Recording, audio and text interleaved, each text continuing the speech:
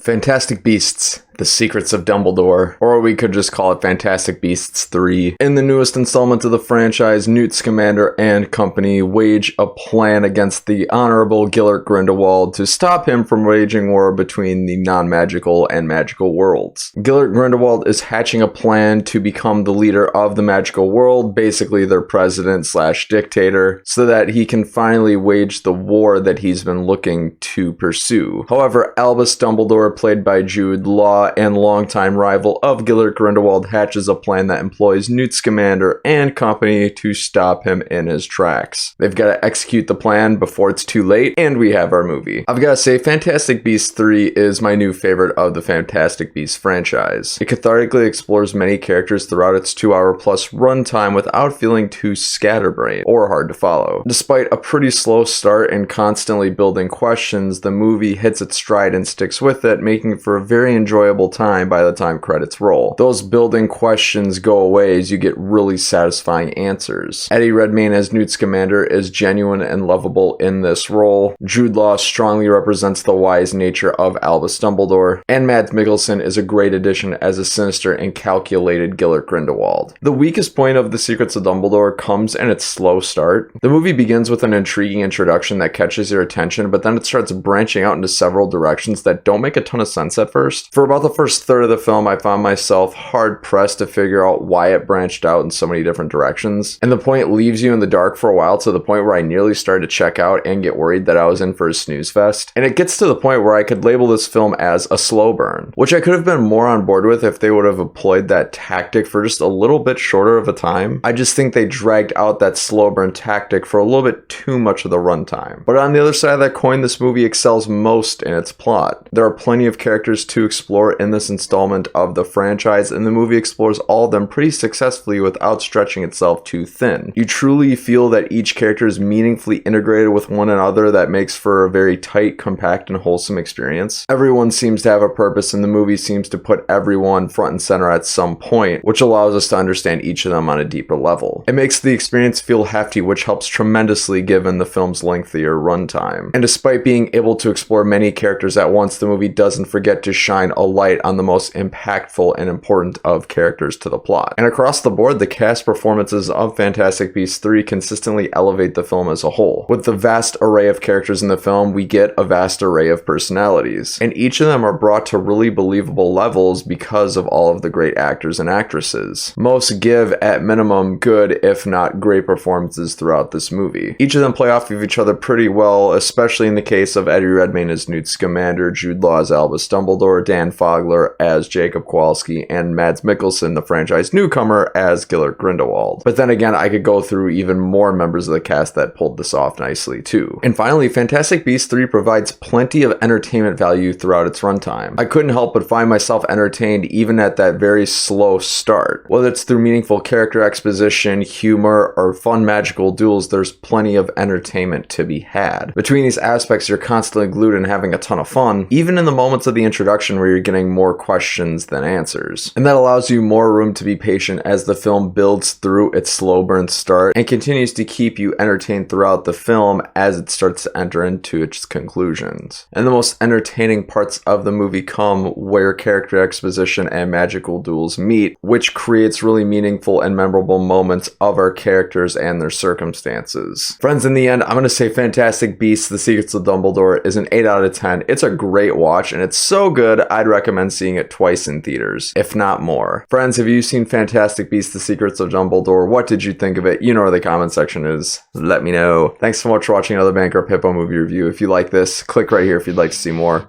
I've been Bryson. Until next time, have a great day.